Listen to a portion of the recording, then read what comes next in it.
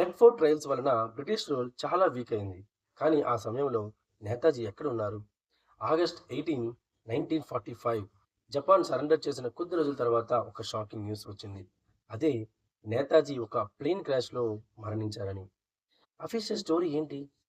ఆయన తైవాన్‌లోని తాయిపై ఎయిర్‌పోర్ట్ నుంచి టోక్యోకి ప్రయాణిస్తున్నారు. Take off తర్వాత ప్లేన్ ఇంజిన్ ఫెయిల్ అయ్యి క్రాష్ అయిందని, నేతాజీ ఫుల్‌గా కాలిపోయారని చెప్పారు.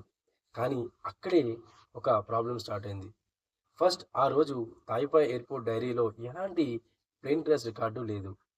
సెకండ్, ఆయన బూడిద జపాన్‌కి ఎవరు తీసుకెళ్లారు? No clear proof.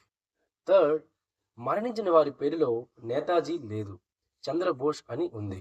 ఈ మిస్టరీ ఎందుకు ఇంపార్టెంట్? బికాస్ నేతాజీ కేవలం ఒక లీడర్ కాదు, ఒక సింబల్. ఆయన యొక్క సడన్ మరియు అన్‌ప్రూవెన్ డెత్ ఆ సమయంలో ఇండియన్స్‌కి యాక్సెప్ట్ చేయడం చాలా కష్టమైంది.